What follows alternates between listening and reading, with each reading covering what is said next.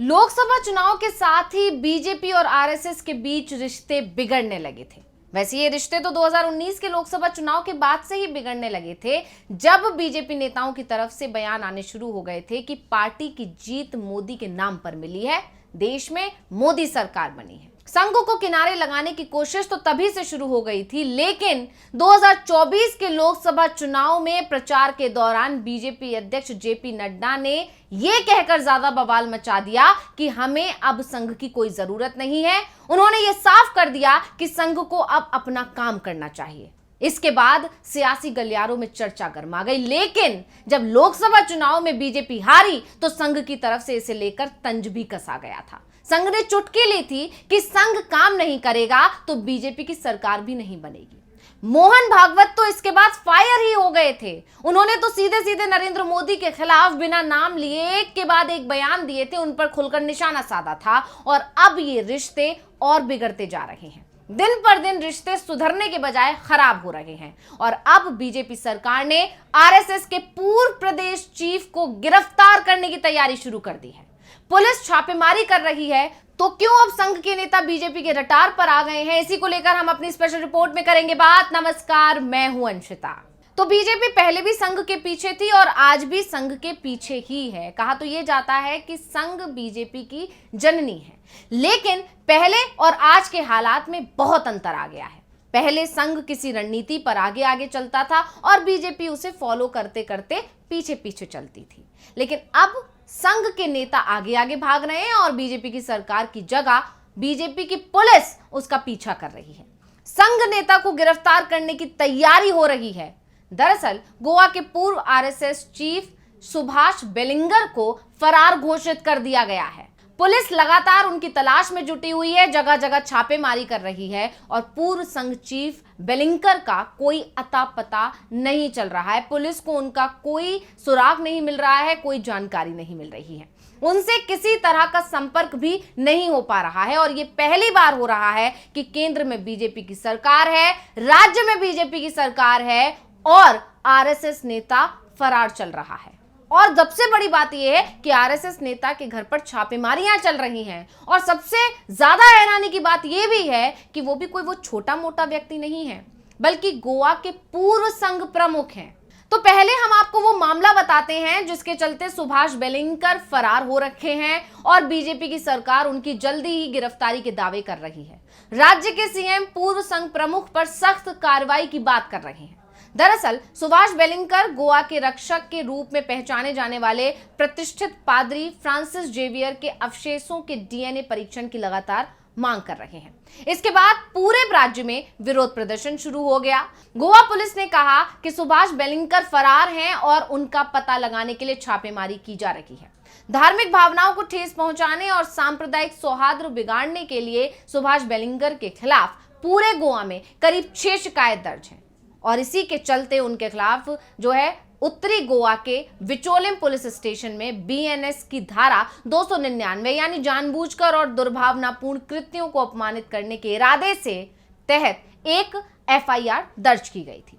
तो आप विधायक क्रूज सिल्वा की शिकायत पर एफआईआर दर्ज की गई थी। एफआईआर में कहा गया है कि सुभाष बेलिंगर ने दुर्भावनापूर्ण इरादों के साथ सेंट फ्रांसिस जेवियर के खिलाफ अपमानजनक भाषण दिया, जिससे धार्मिक भावनाओं को ठेस पहुंचा है। और गोवा पुलिस ने आगे जानकारी में यह भी बताया कि आरएसएस के पूर्व प्रदेश चीफ की गिरफ्तारी के लिए पुलिस ने उनके आवास पर छापा भी डाला, लेकिन बेलिंगर अपने आवास पर नहीं मिले।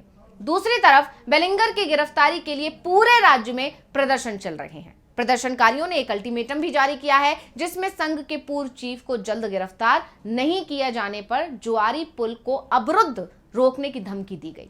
तो प्रदर्शनकारियों ने मडगांव, अंजुना और ओल्ड गोवा में सड़कें जाम कर दी हैं। लगातार विरोध प्रदर्शन हो रहा है, लगातार पुलिस पर दबाव बनाया जा रहा है प्रदर्शनकारियों की तरफ से कि इन्हें जल्द से जल्द गिरफ्तार किया जाए, लेकिन पुलिस को कोई सुराग नहीं मिल पा रहा है, वो उन्हें नहीं पकड़ पा रही है। उल्टा मडगांव में प्रदर्शनकारियों को तितर वितर करने की कोशिश हो रही है और इसके लिए पुलिस को हल्का लाठीचार्ज भी करना पड़ा है। राज्य की तमाम राजनीतिक पार्टियों का भी समर्थन प्रदर्शनकारियों को मिल रहा है, जिससे राज्य की बीजेपी सरकार बेहद अब दबाव में दिखाई दे रही है। यानी कह सकते हैं कि बीजेपी पूरी तरह से घिर गई है। इस पूरे मामले में कांग्रेस ने भी गोवा की बीजेपी सरकार पर सवाल उठा दिए हैं। कांग्रेस की तरफ से बयान जारी करके कहा गया है कि गोवा में सांप्रदायिक सद्भाव, शांति और सभी परंपराओं और संस्कृति के प्रति सम्मान की एक अद्वितीय पहचान है। ये सुनिश्चित करना कि सरकार की जिम्मेदारी है कि एक दूसरे के साथ प्यार और स्नेह साझा करने का ये संवेदनशील ताना बाना संरक्षित रहे। यानी कांग्रेस अब खुलकर गोवा की बीजेपी सरकार पर हमलावर हो गई है। और इसके अलावा गोवा फॉरवर्ड पार्टी के अध्यक्ष विजय सरदेसाई का भी बयान आ गया है। उन्होंने भी सरकार को कटघरे में खड़ा कर दिया है। उन्होंने कहा कि अध्यक्ष गोवा फॉरवर्ड पार्टी के दुर्भाग्यपूर्ण टिप्पणियों के बाद सभी धर्मों के गोवा वासियों की भावनाएं आहत हुई हैं। क्या सरकार की भावनाएं आहत नहीं हुई हैं? और गोएंचो साहिब, जिन्हें प्रधानमंत्री ने फरवरी में शांति और एकजुटता का प्रतीक कहा था, उनके खिलाफ इस तरह के अपमान से माहौल को खराब होने से बचाने के लिए सरकार अब क्या करेगी? तो सीधे तौर पर बीजेपी सरकार सवालों में घिर गई है और जो है बीजेपी सरकार से जल्द कार्रवाई की मांग की जा रही है। और ये पूछा जा रहा है कि अब सरकार इस मामले में क्या कदम उठाएगी। तो अब बीजेपी के अंदर भी इस मामले को लेकर गुस्सा दिखाई दे रहा है। यानी एक तरफ कांग्रेस ने या फिर दूसरे विपक्षी दल हैं, उन्होंने बीजेपी सरकार पर सवाल उठाने शुरू कर दिए हैं, तो उनसे बीजेपी परेशान है, जूझ रही है। इसी बीच अब बीजेपी के अपने नेता भी अपनी सरकार पर जो है हमलावर हो गए हैं। तो बीजेपी के एक विधायक डेली लाल लोवो का भी बयान आ गया है। उन्होंने सरकार को, अपनी ही सरकार पर निशाना साधते हुए उन्होंने कहा कि सेंट फ्रांसिस जेवियर सभी धर्मों के लोगों द्वारा पूजे जाने वाले पादरी हैं।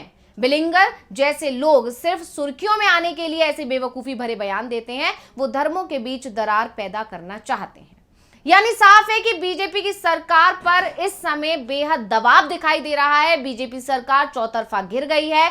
कांग्रेस के अलावा दूसरे जो दल हैं गोवा के, वो भी उन पर हमलावर हैं। और इसके अलावा खुद बीजेपी के नेता भी बीजेपी सरकार पर और अपनी ही सरकार पर निशाना साध रहे हैं। अब इस पूरे मामले को देखते हुए गोवा के सीएम प्रमोद सावंत को भी जो है आगे आकर मामले में बयान देना पड़ा। उन्हें भी कहना पड़ रहा है कि गोवा आरएसएस के पूर्व चीफ के खिलाफ कार्रवाई की जाएगी। अब बात हम सेंट फ्रांसिस जेवियर की करें, जिसको लेकर यह पूरा विवाद खड़ा हो गया है, बीजेपी सरकार गिर गई है। तो फ्रांसिस जेवियर का जन्म 7 अप्रैल 1506 में स्पेन में हुआ था। 6 मार्च 1542 को वो गोवा पहुंचे, जो पुर्तगाल के राजा के अधिकार में क्षेत्र में था। गोवा में उन्होंने कुछ समय बिताया। इसके बाद वो मद्रास और त्रावणकोर गए। 3 साल भारत में बिताने के बाद सेंट फ्रांसिस जेवियर 1545 में मलाया प्रायद्वीप में ईसाई धर्म का प्रचार करने के लिए रवाना हो गए। 1549 में सेंट जेवियर जापान चले गए और फिर 1552 में जापान से वो गोवा लौटे और कुछ समय फिर चीन चले गए। वहां दक्षिणी पूर्वी भाग के एक द्वीप में जो मकाओ के समीप है, उन्होंने अंतिम सांस ली। उनके अवशेष पुराने गोवा में बेसिलिका ऑफ बॉम जीसस में रखे गए हैं। सेंट फ्रांसिस जेवियर के पवित्र अवशेषों की दशकीय प्रदर्शनी 21 नवंबर 2024 से 5 जनवरी 2025 तक गोवा में आयोजित की जाएगी। और इस सब के बीच में, यानी इस प्रदर्शनी से पहले जो आरएसएस के पूर्व प्रमुख हैं, उनका एक ऐसा बयान आ जाता है जिसने बवाल खड़ा कर दिया है, बीजेपी को भी सवालों के घेरे में खड़ा कर दिया है। अब मैं आपकी जानकारी के लिए ये भी बता दूं कि जो बांगलिंकर हैं वो पहले जो है आरएसएस में हुआ करते थे, संघ के कार्यकर्ता हुआ करते थे, संघ के प्रमुख थे। लेकिन एक समय पर संघ और उनके बीच जो है विवाद हुआ। विवाद के बाद उन्होंने संघ से अपना नाता तोड़ दिया। वहीं कुछ जानकार ये भी दावा करते हैं कि संघ ने उन्हें निकाल दिया था। इसके बाद उन्होंने गोवा में संघ की तरह ही एक दूसरे संगठन की स्थापना की और उसको वो चला रहे थे, उसके वो प्रमुख हैं। और इसी वजह से जो ये बवाल ज्यादा बढ़ गया है, क्योंकि जानकारों का कहना है कि कहीं ना कहीं इनके जो तार हैं वो संघ से जुड़े हुए हैं और संघ से जुड़े होने की वजह से बीजेपी से जुड़े हुए हैं। और यही एक वजह है कि बीजेपी अब संघ प्रमुख, जो कि पूर्व संघ प्रमुख हैं, उनके पीछे ही पड़ गई है। और अब अपनी छवि को, अपने आप को, खुद को अलग दिखाने की वजह से गोवा की जनता बीजेपी से नाराज है। और इसी सबसे बचने के लिए अब बीजेपी सरकार जो है पूर्व संघ प्रमुख के खिलाफ जो है कार्रवाई कर रही है और उनको पुलिस ढूंढ रही है लगातार। हालांकि अभी तक उनकी कोई भी जानकारी नहीं मिल पाई है। तो इस रिपोर्ट को लेकर आपका क्या कहना है, हमें कमेंट करके अपनी राय जरूर दीजिएगा। इसी के साथ मुझे दीजिए इजाजत। देखते रहिए डीवी लाइव। नमस्कार।